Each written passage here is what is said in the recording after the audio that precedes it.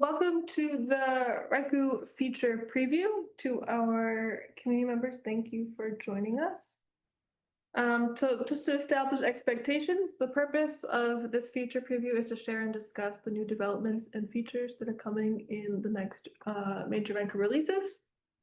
The purpose of this meeting is also to create a shared space for interested community members to meet the team and to learn a little bit more about how we develop Renku.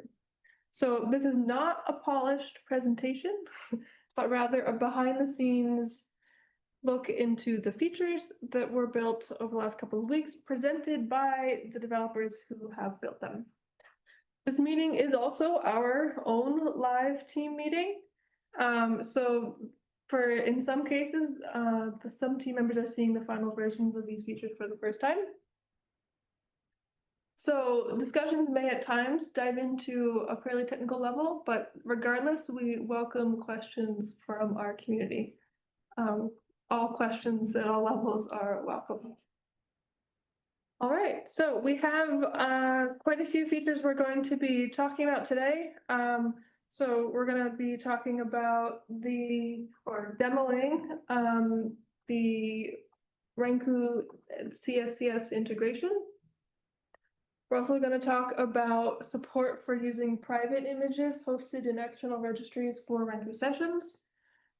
We have a brand sparkly new version of our documentation that has been long since coming since the start of this new version of Renku. We'll also talk about sunsetting of Renku Legacy and support for redirects.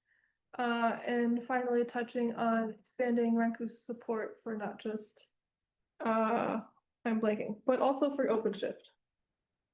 I forget in comparison to what. But.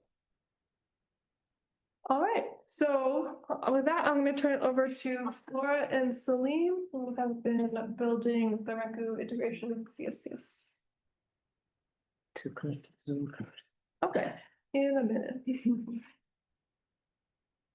We can go. You want to go first? Yeah, we can. Sure. Yeah, all right. Change of plans. We're going to demo the support for private images. Are you ready already? Yeah. Oh, go for it. Sorry. It will take longer. Go for it. All right. It's a Mac, it's not a Linux laptop. That's fine. You don't need to review science. Right.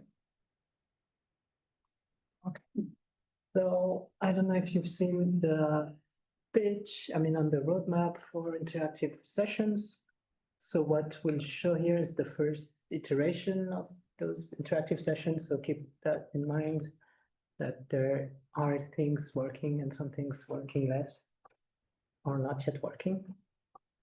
And we have prepared here a page that we'll probably adapt for when we release to inform users about how this works, what they need to do, and also some reminder here, for example, that we do have many of Renku features working, but some not yet working, like data connectors.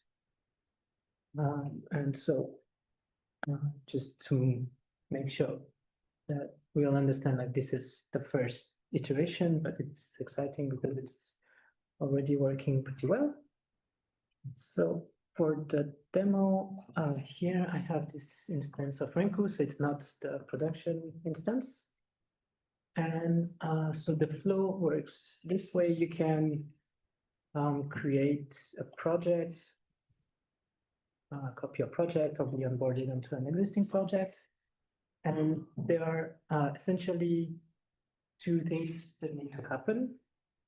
So first is to go onto the integrations page and connect your account with CSCS. So like when it's not connected, here you would have a connect button and it would bring you to the CSCS login page, and you just put your CSCS login credentials, and then you're back here. And it's pretty smooth.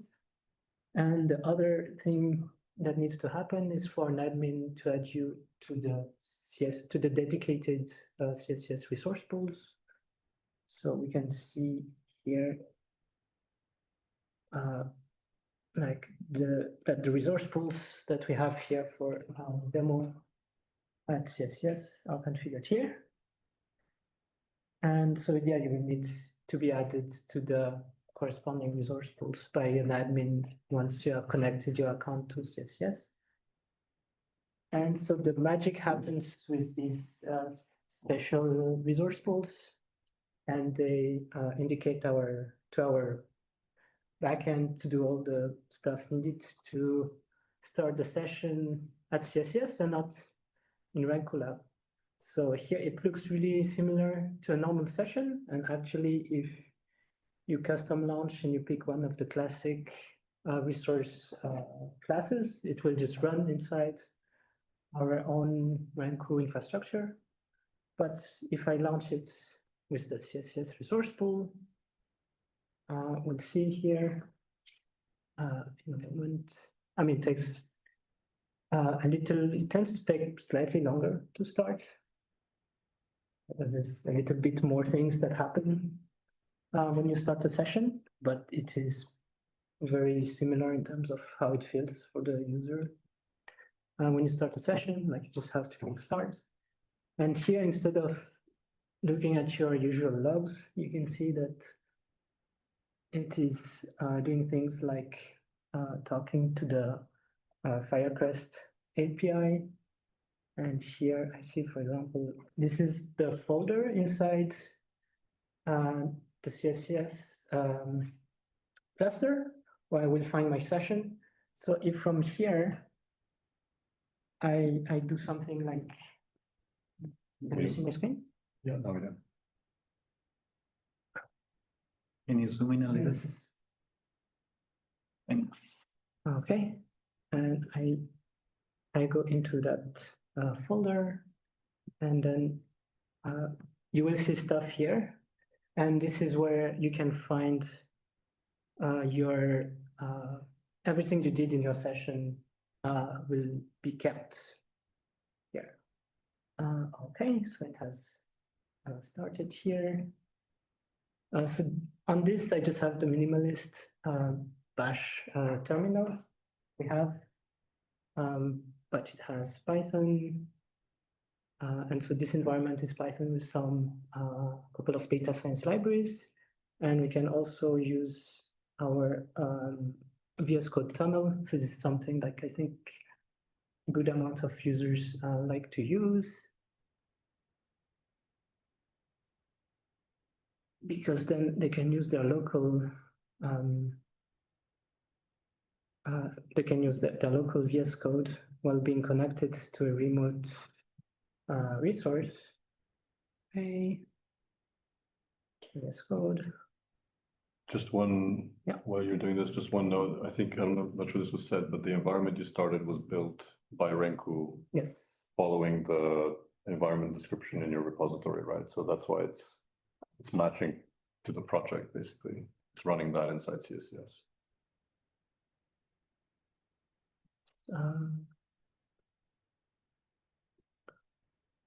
Maybe this one.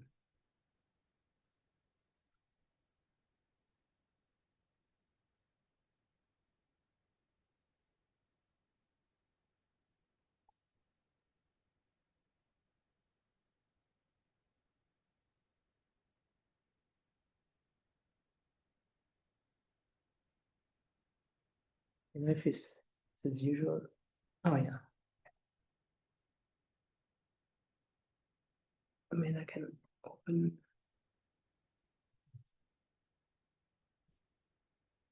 So I can open here.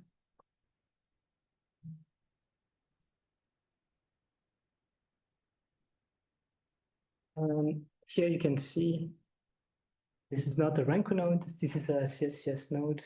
I think I can do something like this. This is like the slurm commands. So yeah, so this is essentially like your usual Renku session, but we run it at CSCS and what we have working. So I need to find out why. I mean, maybe I need to copy paste this We have to navigate to that Yeah, directory. I don't know why it's not by default. Okay, this is the work folder. So I have my Git repository here.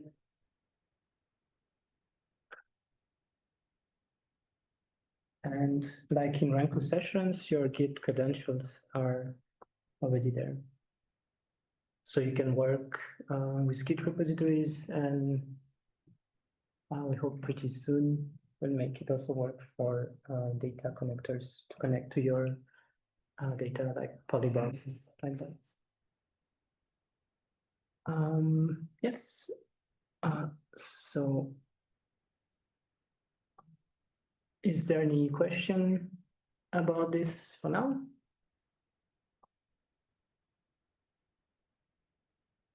Yes. I have a quick one. I remember that before using CSCS, we would need to tell expected quota or like the hours that we would be utilizing so that it's booked for, I don't remember, period of a month or half a year. Do we need to do something like this in this setting? And also how, the shared pool would be working? And do we need to request per project something specific? So this just uses your CSCS resources, so you still have to do all of that. So in here it's not shown, but if you have multiple projects, you can also pick which account this is started with, so that it goes to the correct billing, like for the node time that it's up. So yeah, you still have to do all of that. It's not like magic, we get free compute. It's using your compute to do a Renku session. That's clear, thank you. Yes.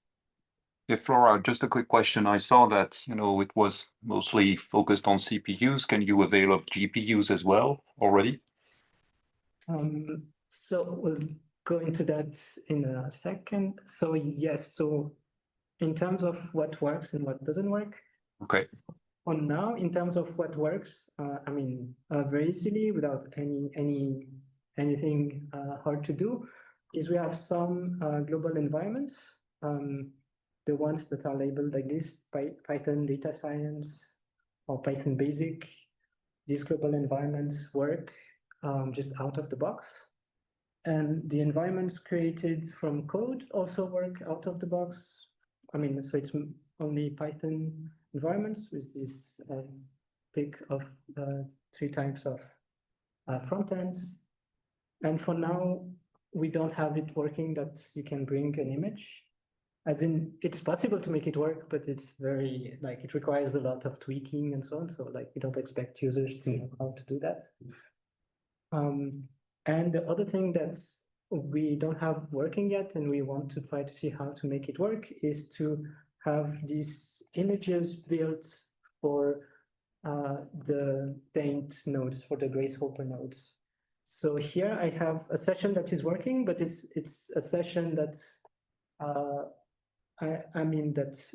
have the image I've built myself, knowing how to do it. Salim also has some examples, so we'll probably publish some templates to be able to build images, because it is a lot more complex. There's a lot less kind of support and things already working out for running GPU workloads on Arch architectures.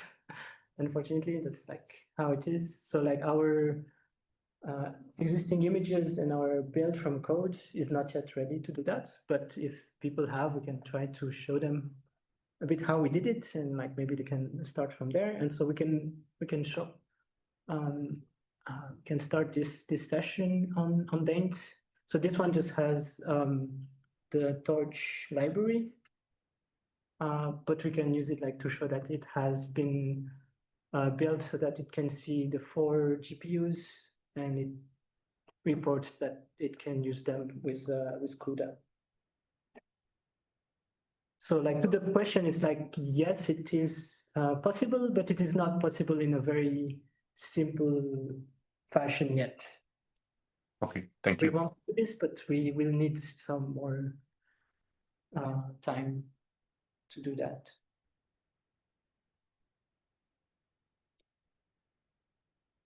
Another way of putting it is that to use CPU resources at CSCS, you can use much of the built-in Renku functionality to help get into a session quickly and have an image built for you.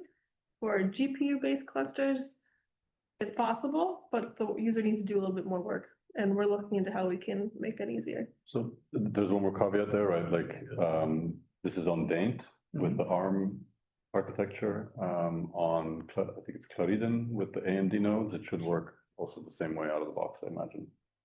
We haven't tested this yet because we just got the account yesterday, but the architecture fits and we run A100 workloads all the time elsewhere, so we expect that it will work there. Yep. And so, notebook here. So if we put the NVIDIA GPUs, we can see 4 very expensive GPUs. And they can use 900 watts. It's like this, it's like so much power. And yeah, and when we do import Torch says that CUDA can see the 4 GPUs. So I don't have like here an example of machine learning, but I would expect this to mean that if you import whichever model or thing like that, that it would be very running very fast on the 4 GPU. Yes. Just to make sure that I get it right. So with this, I can essentially, set up the kind of the image. I can set up everything for my collaborators, and then what they need to do is just spin up the Renku session, and then they have the possibility to, from PyCharm or VS Code SSH into this interactive session, and then start working. Do I get this right? Yes, and also what we want to make it, how we want to make it work is that you can start your session. Let me first stop this one. Is that you can start your session using Renku Lab resources or the CSCS resources, just depending on what you want to do, and that whichever thing, it will always feel very like it should feel like it's the same, almost the same environment. I mean, of course, it's different because it's not the same node, but we want to make it so that for a lot of things, it feels very similar. Yeah, that's pretty cool. Thank you very much.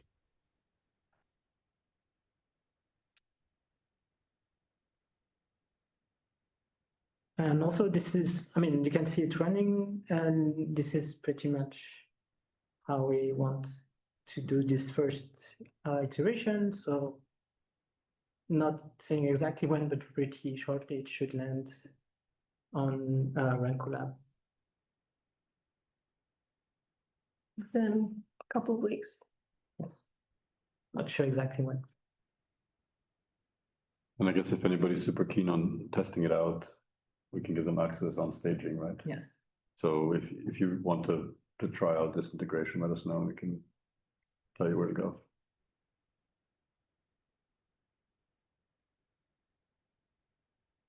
Okay, I think I can. Oh, and I don't know if something is in the call, but yeah, like we had. So this is also done with the help of Salim from Egypt, and on their side, infrastructure is taking a little bit of time to be ready, but they will also be using this on their own HPC resources.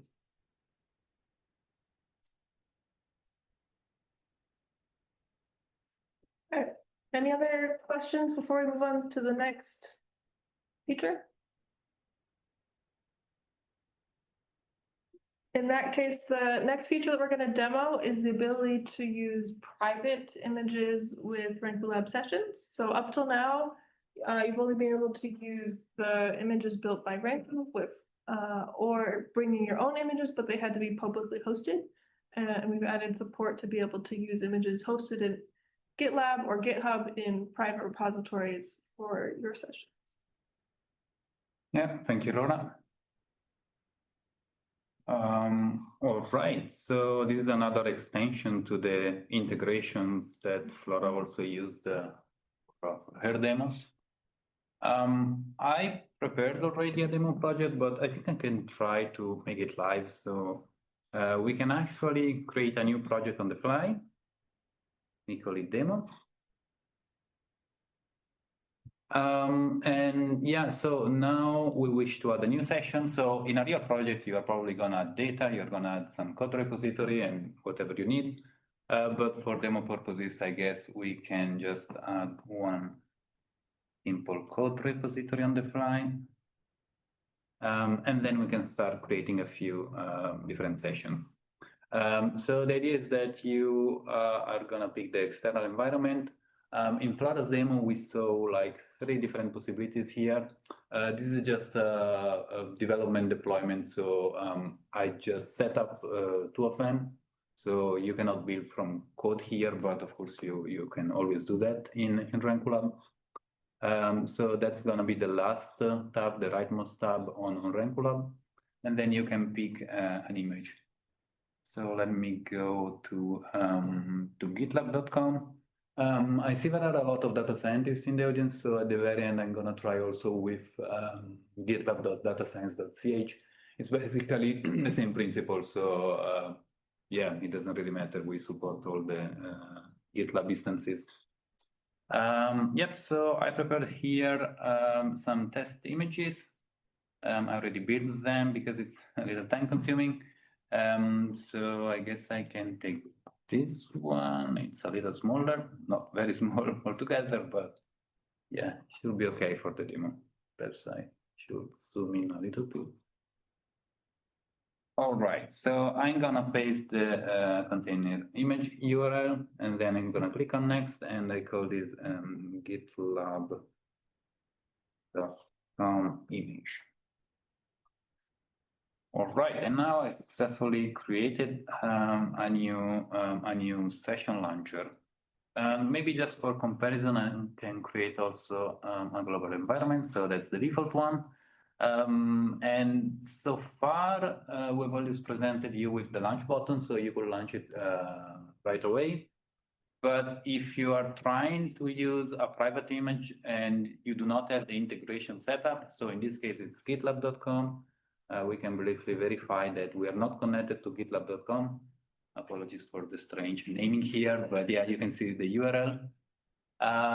So if you get here, you're gonna present it with this feedback. So there is this yellow label saying that an integration is required and the launch button is not available. So the default action will be clicking here.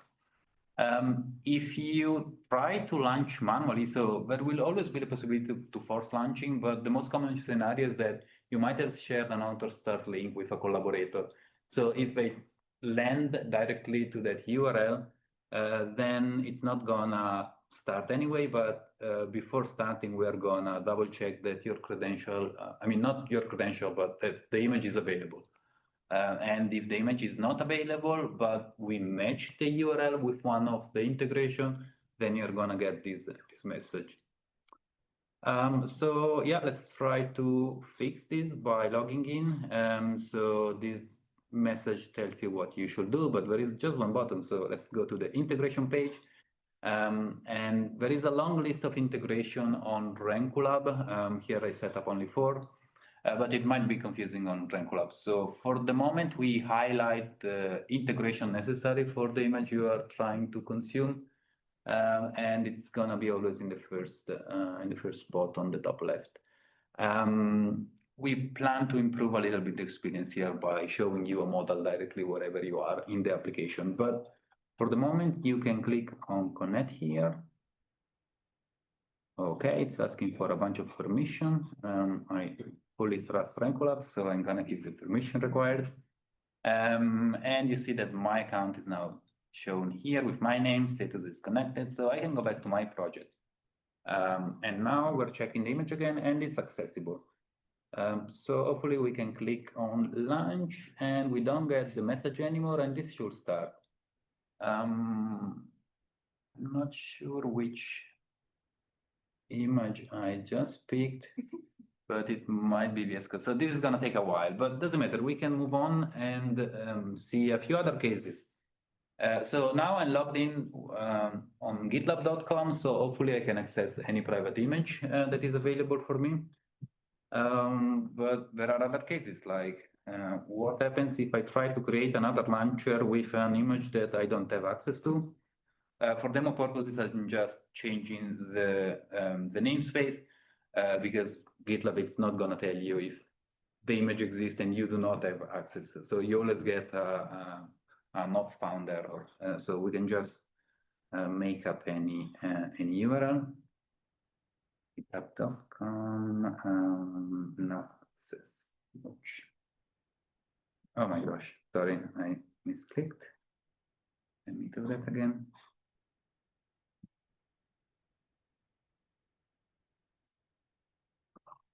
All right, so in this case, the label says the image is not accessible, it's inaccessible. So if I click here, we have a slightly longer explanation, but the point is that I do not have access to that image, and we cannot distinguish between not having access or not existing. So that's up to you to double check the image.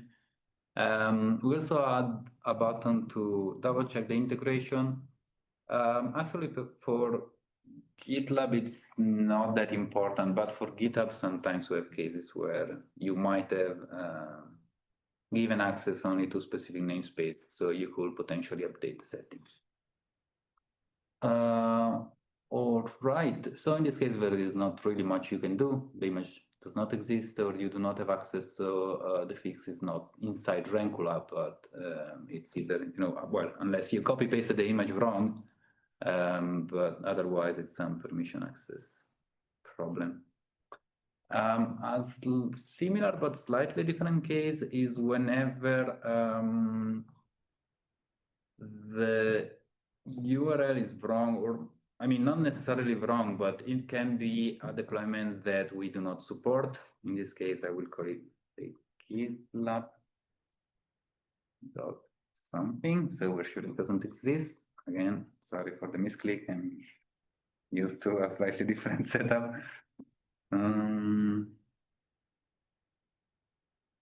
Fake GitLab. Right. All right, so you will be presented with this very same label because, I mean, for the user it's basically the same. So you cannot really access the image and you cannot launch it. If you open the site tab, you're gonna get a few additional information. So in this case, we tell you that either the URL is not valid or we do not support the registry. So you can, again, double check the URL, perhaps there is some typo there. Otherwise, you can go into the integration tab and see if the integration exists. And if you think it's a valuable integration that we should support, there is also a contact us button, and you can click and it will open a pre-filled email. All right, just for demo purposes, I guess I can also try to force launching an image, even if I don't have access. This is also gonna take a moment, but it's very likely gonna error out because it doesn't exist. In the meanwhile, I can show that the previous image from gitlab.com successfully started the session, so we can now open it. Yeah, and we are in this VS Code session. Just for showing all the cases, well, I guess I can delete this launcher. We don't need it anymore. This one errored out in the meantime. So if you open the logs, it's usually very verbose, so it explains thoroughly what happened. But yeah, so the relevant bit, I guess, is down here. So authorization failed.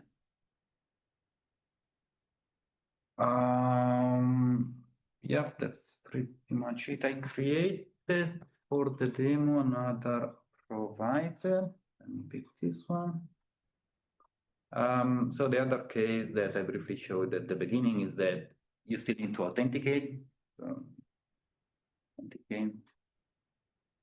So just to have all the cases here, that was the one. These are fake, another fake provider, but I actually created the integration so we can have it there. So theoretically, if that existed, you could go here and connect to that, and either you get the green label if you have access to the image, or the red if you don't. So yeah, this adds a little more color to the launchers, and it gives you the possibility to interact with private images.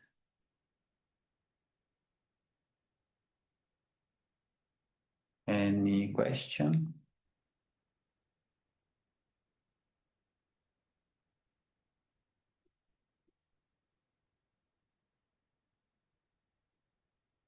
All right, if not, I'm gonna stop sharing. And just to give credit, IK collaborated in developing this feature. He took care of the backend part. IK, I don't know if you wanna add something. Thanks, Lorenzo. I don't have anything to add. You know, you showed all the cases, I think. Thanks. And he made the design. Yes, true. All right, then for our next feature, we have Mohammed will share a little bit about the new version of the Renku documentation.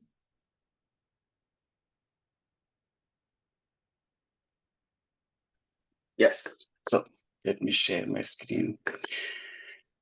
So we reorganized the documentation so that make it easier for users, for new users to start using Renku. So we also changed the URL. So instead of being available on Read the Docs, it's available on each deployment. For example, on Renku Lab, it would be available on docs.renkulab.io. So every deployment has its own documentation.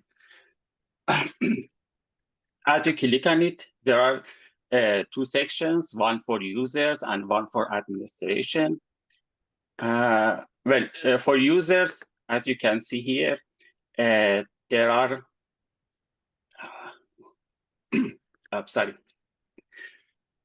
there are some tutorials and then start pages. And after that, sorry.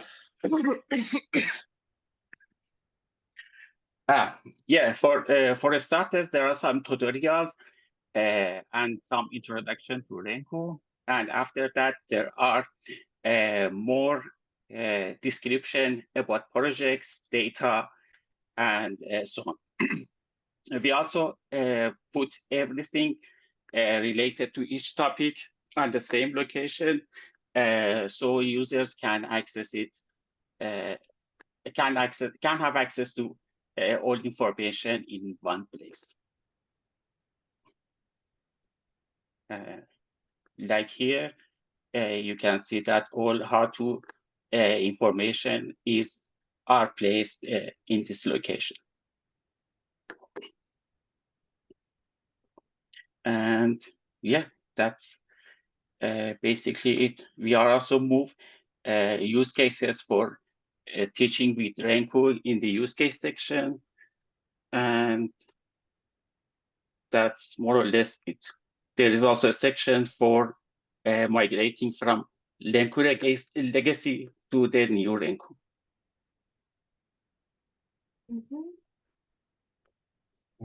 Thank you, Mohammed.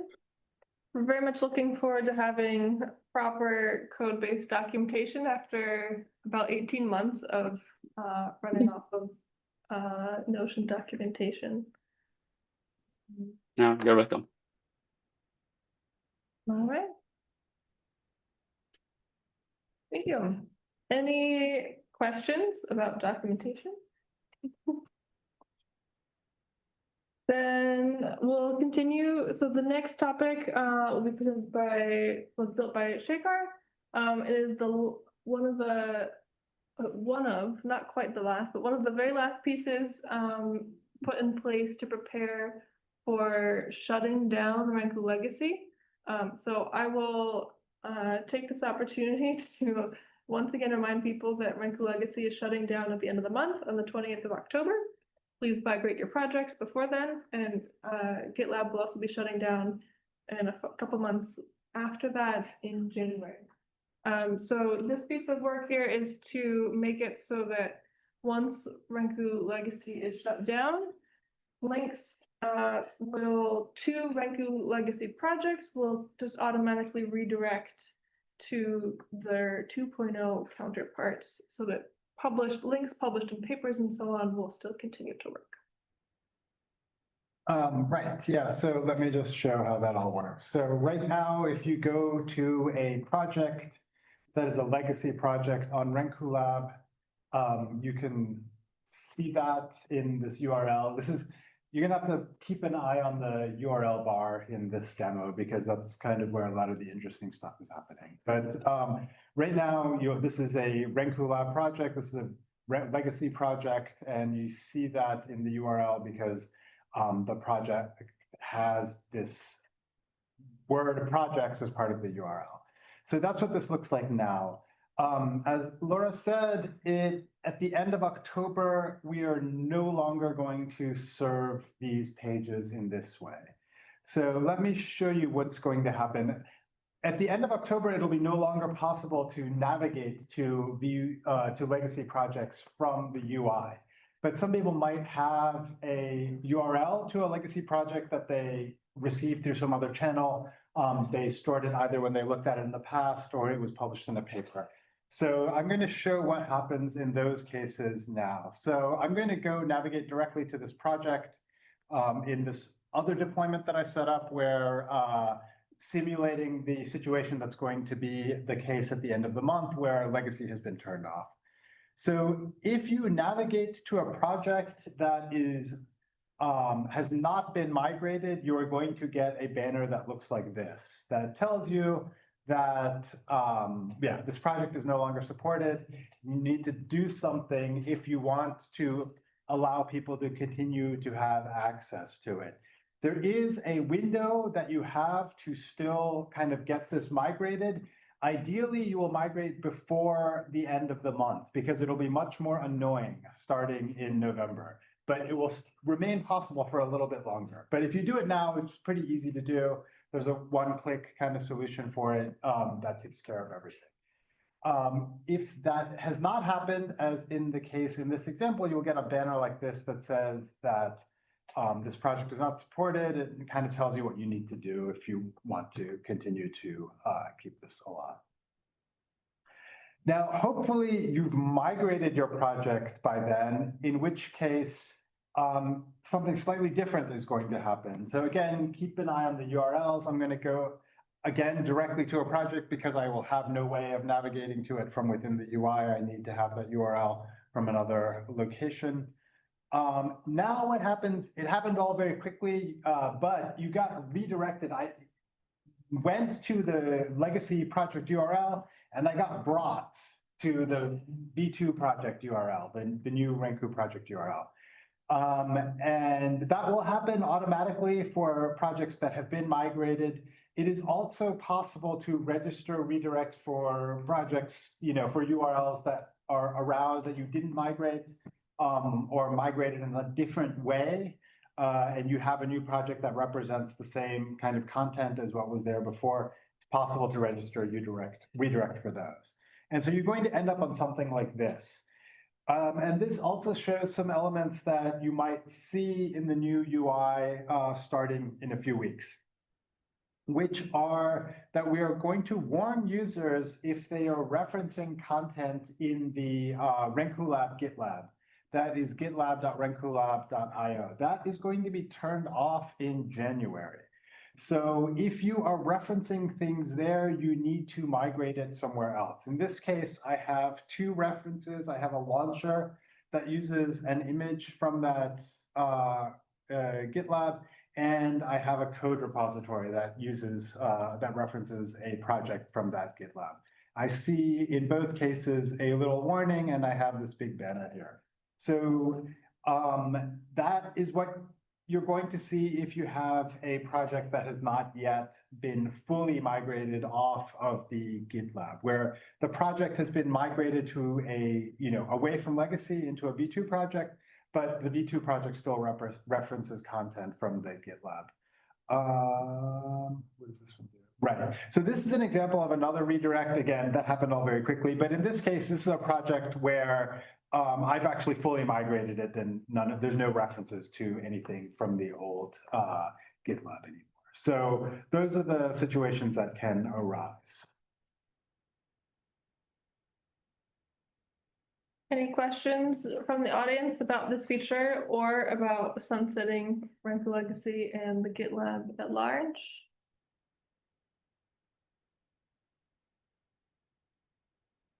Alrighty, then I also want to shout out Jimena, who has helped us create all of the visuals and UX here to make very alarming pages to hopefully get all of your kind people's attention to take action before these deadlines.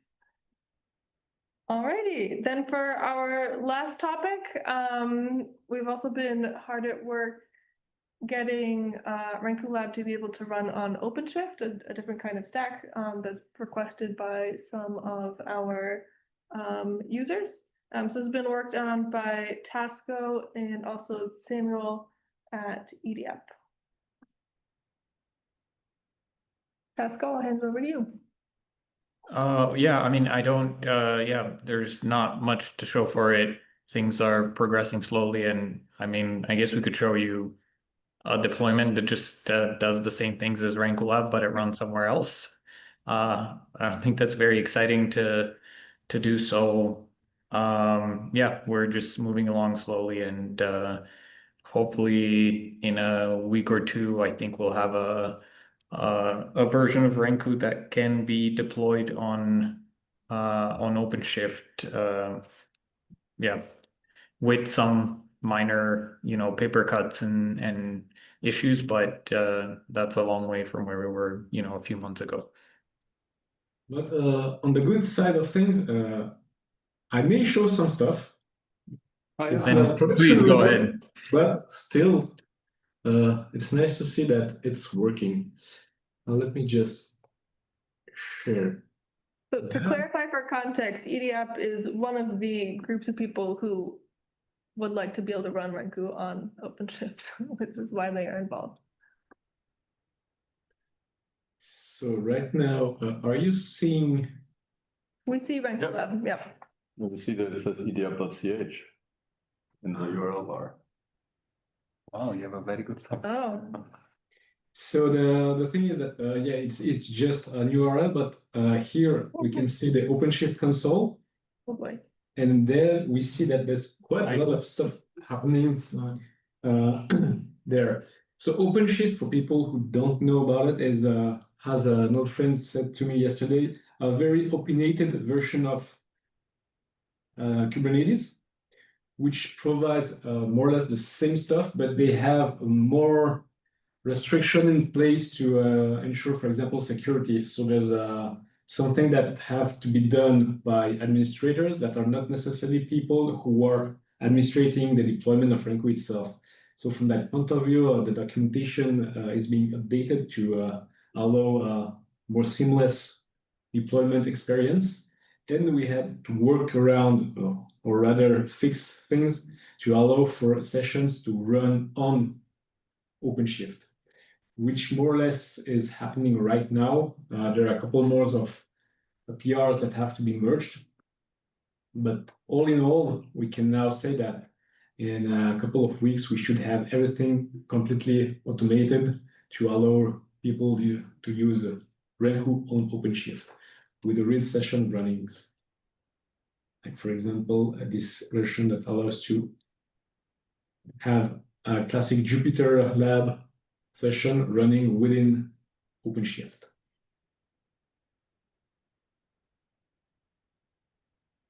If you have any question related to that, I'd be happy to answer them. I have a question. How much did you have to bribe the admins to allow you to run Renku? Did you not have to make that many changes to the To bribe the admin? Probably that means conflicting questions since I am the admin. Very good. No, the thing is that being the admin and the developer allowed me to see what exactly was going not to work as a standard user, but to also be able to do tests and write the documentation for actual for other admins to be able to deploy Renku properly. And did you have to compromise a lot from the policies that you had set out earlier on EDAP or not so much? Currently, not that much, in fact. Most of the settings have been left as is. The main parts are to learn how to be able to start sessions as fixed users, because we still need that without them being root or anything like that. So we didn't compromise the security of the cluster as is, but we did have to modify some bits of the code to be able to typically use a dedicated service account that has sufficient rights or permissions to start such pods. So the final goal here is to have a version of Renku that is as hardened as possible for OpenShift, which should also benefit its use on a more vanilla Kubernetes environment.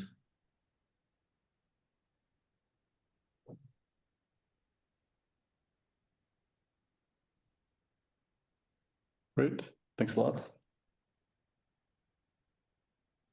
And maybe just for some context, the other reason this is interesting is because, for example, a lot of public administration and private sector have OpenShift clusters. So it gives us really a lot of flexibility in where Renku can run. So this is very, very cool work. Thanks a lot.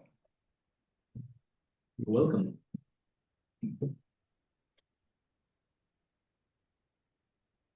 Okay, those were the 5 features we wanted to demo today.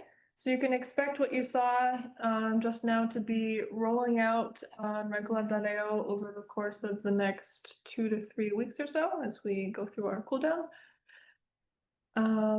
With that, are there any other final questions from the audience? Either anything that you've seen today or anything else Renku related? Yeah, Firat, go ahead. I have a quick question. So, for example, if I want to run a custom container on CSCS, for example, should I be creating my image and then pushing it on a GitLab registry? Is that like how you would advise as the first step? Or because normally at the moment on CSCS, we would create it locally and then launch it locally on CSCS. But this, I don't think this will be accessible from the current setup, right? I mean, as we've said before, it's like you could try, and we've tried, and we've had a lot of issues doing this. Not because of the container, like if you put it on a public registry, wherever it lives, it's fine. It's because we need some Renku script as the entry point. And if you want to use GPUs, it's also a lot more complex to have all the NVIDIA drivers installed and working for Grace Hopper nodes. So even if my container has everything, or so he's already got an image, right? So I guess the only thing he would have to do is add the Renku scripts on top. Yeah. I mean, and for that, we will try to provide templates that people can look to see how to adjust the use case, but like the first iteration is not going to be necessarily simple. But it sounds like there's 2 pieces here. There's what's in the image and then where the image is actually located. Yeah, I mean, where it is located is not very important. Well, Firat, you said, does it work if the image is hosted at CSCS? Was that your question? I mean, at the moment, that's how I work when I work through CSCS, but I suppose I cannot access this directory just because I connected to my credentials on the Renku platform, right? So I would need to put that somewhere else, I suppose. Yeah, but any public registry will work. Or private registry. Now it's once- private. Once that feature comes out. Well, no, that doesn't work. No. I mean, That doesn't work. Not at all. CSCS. Yeah, not. Okay. Okay. Firat, you cannot you cannot use the build from code functionality. It does take a long time to build it. Okay. Well, I mean, but you change it often or? Okay, because then you just wait once and if you don't change it often, then it will have all the things and it'll just run on CSCS and you can control. I think it doesn't do this thing that you control when you rebuild it. So it's not the same thing as it was on the legacy Renku where with every commit, it'll be rebuilt. But so you're talking about build from code, the registry. Like Yes. So then Renku will save this image somewhere for the future runs. Is that? Mhm. Yes. Yeah, but I'm assuming Fiat wants to use the GPU nodes, which if it's the ARM, if it's the Grace Hopper nodes, then that won't work. If it's the AMD nodes, it will be fine. It should be fine. Okay. No, I was thinking about ARM, but okay, maybe I'm too eager for this. No, but I mean, let's figure out, I mean, I think if Yep. we can make a modification to your current Docker file or whatever that adds, that glues on the bits that Renku needs, then that might be a way to, something to try out, right? Mm-hmm. So yeah, let's chat about it offline.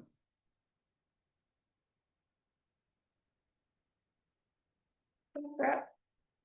Any other questions? Alrighty, then thank you very much for your time. And thank you to all the team. And see you again in about 2 months for the next one.